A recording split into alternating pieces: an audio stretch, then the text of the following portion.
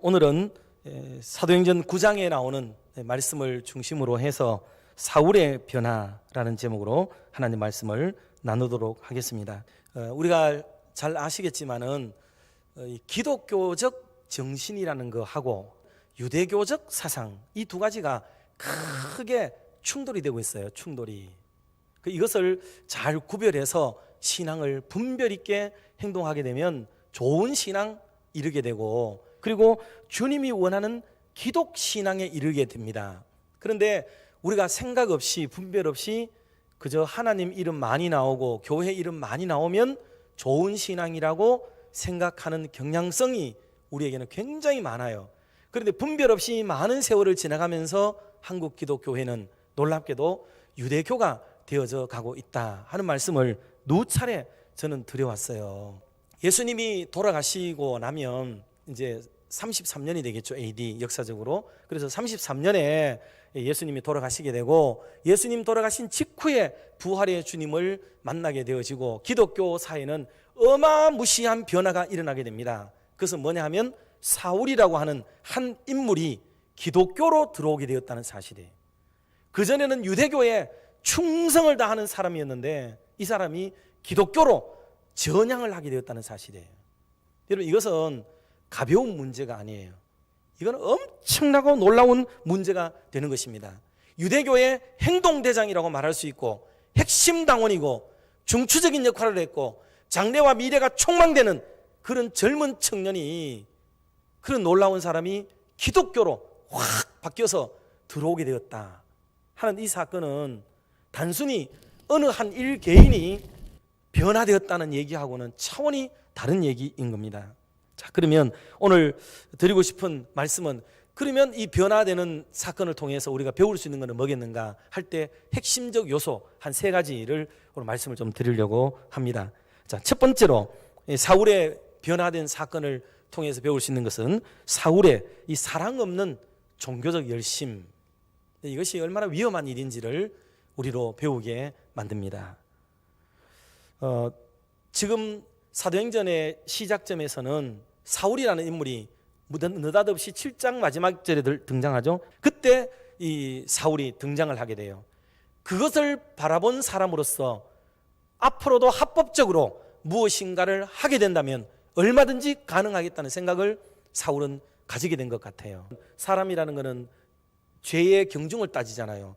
이게 받아가지고 훈방 조치할 사람인지, 그 다음에 간단하게 좀 벌을 주고 돌려보낼 사람인지, 벌금을 때릴 사람인지, 며칠 구류를 시키고 구금을 시킬 사람인지 등을 다 따지고 난 뒤에 최종적으로 옥에 가둔다는 거예요. 이게 수감을 시키는 일은 감옥에 최종적으로 들어간다, 이 말은 이거는 쉬운 말이 아닙니다. 그런데 각 집을 다 다니고 남녀를 가리지 않고 모조리 잡아가지고 모조리 같은 그 처형을, 같은 처형이 아니고 같은 처우를 지금 하고 있다는 것, 그런 뜻으로 지금 기록하고 있는 거예요. 모조리 일괄적으로 어떤 경우에도 예외 조항 없이 아이든지 어른이든지 병약한 사람이든지 그렇지 않는 사람이든지 똑같이 최종적으로 옥에 그냥 집어넣어버리는 이런 잔혹성을 지금 얘기를 하고 있는 겁니다.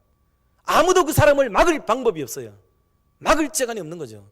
아무리 따져도 그 인간에게는 잘못이 없으니까 저래 말해도 할 수 없는 거예요. 그리고 그분의 입에서는 법을 세우겠다는데 누가 뭐라고 그러겠어요. 그리고 그의 열심은 종교적인 열심으로서 교회를 박해하는데, 교회를 미워서 박해하는 게 아니에요. 기독교인들을 싫어하거나 미워하기 때문에 박해하는 게 아니에요. 그는 다만 자기 종교에 심취했기 때문에 그러는 거예요. 하나님을 사랑하기 때문에 그런 겁니다. 하나님이 싫어하는 일이라 여겼기 때문에 다 박멸하는 거예요. 이게 주관적 신앙인데 자기 열심에 빠지게 되면 미쳐요, 미쳐. 아세요? 이게 얼마나 위험한 일인지를 우리가 깨달아야 됩니다. 그렇기 때문에 함부로 그 열심만 가지고 잘한다 못한다 이런 얘기를 하는 것은 이는 기독교적 가치관이라고는 볼 수가 없는 거예요. 사람을 다치게 하면서 자기 열심에 의해서 다른 사람을 무시하고 다른 사람을 알로 보고 별것 아닌 것처럼 여기고 사람을 잃어가면서 하는 열심, 그 열심이 옳은 믿음이겠냐 말이에요. 지성 위에 이성 위에 불을 붙여라. 한국 교회는 대단히 죄송하지만 지난날 은혜 위주, 은사 위주, 불붙는 삶, 저 하늘의 비밀스러운 삶, 영계를 충돌에 들어가기 위한 노력에만 애를 쓰고 지나왔죠. 그게 신앙인 것처럼, 그게 거룩인 것처럼 여기면서 지나왔다 이 말이에요. 그러나 기독교의 신앙은 그게 아니에요. 참된 기독교는 영으로 기도하지만은 내 마음으로, 지성으로, 이성으로 이것을 받아들이고 이거를 내 일상의 삶에서도 오케이 하고 수납하고 살아가는 일상의 삶에서의 기도를 얘기하고 있단 말입니다.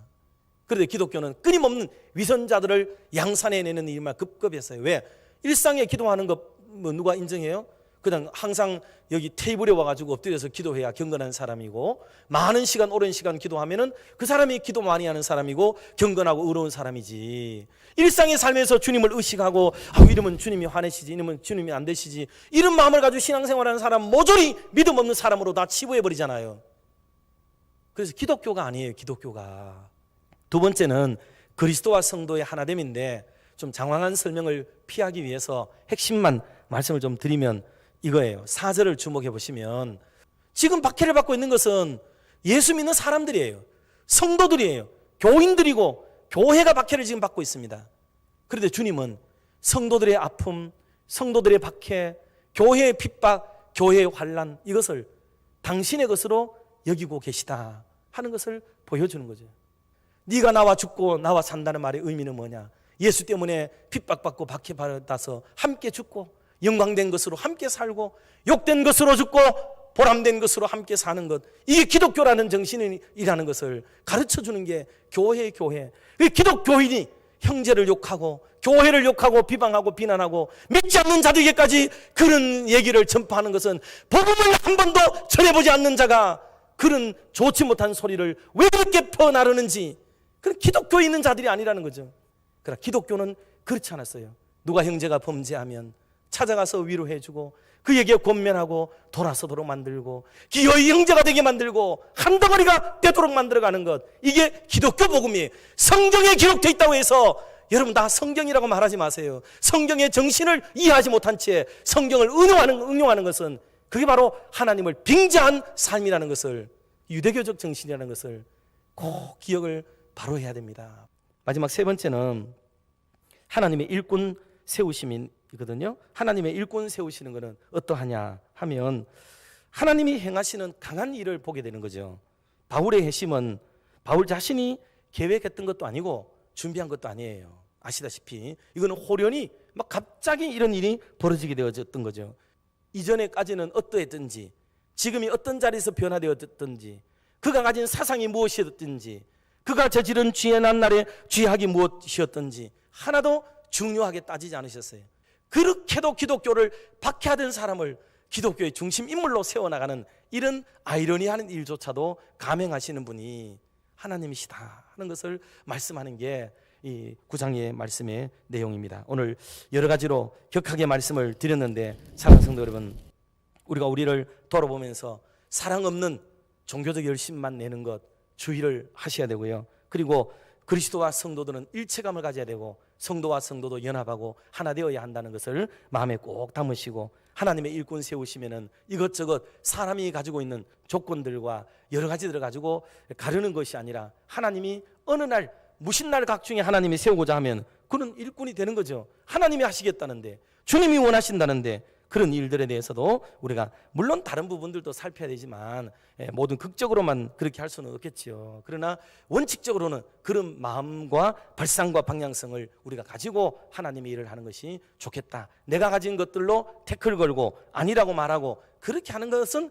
결코 옳지 않다 하는 것 정도는 우리가 배울 수가 있겠습니다. 이 말씀을 부여잡고 우리의 삶을 돌아보고 우리 하나님의 교회를 더 아름답고 귀하게 세워가는 저와 여러분 되기를 주님의 이름으로 축원합니다.